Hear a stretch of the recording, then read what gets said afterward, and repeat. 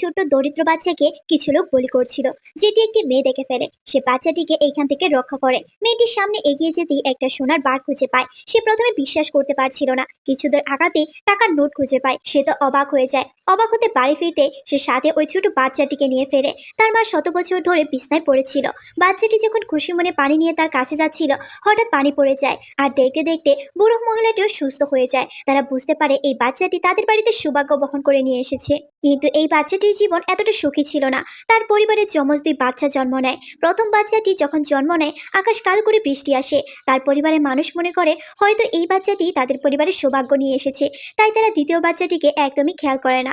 বাচ্চাটির মা বাবা পর্যন্ত প্রথম বাচ্চাটিকে নিয়ে শহরে চলে যায়, আর তারা অনেক ধনী হয়ে যায়। কিন্তু দ্বিতীয় বাচ্চাটিকে তারা ফেলে রেখে যায়। কিন্তু তাদের সৌভাগ্য কারণই ছিল এই দ্বিতীয় বাচ্চাটি, যাকে তারা একদমই পাত্তা দেয়নি। কিন্তু ওই মেয়েটা বুঝে গিয়েছিল যে এই বাচ্চাটির মধ্যেই রয়েছে অদ্ভুত ক্ষমতা, তাই সে তাকে বাড়ি নিয়ে যায়।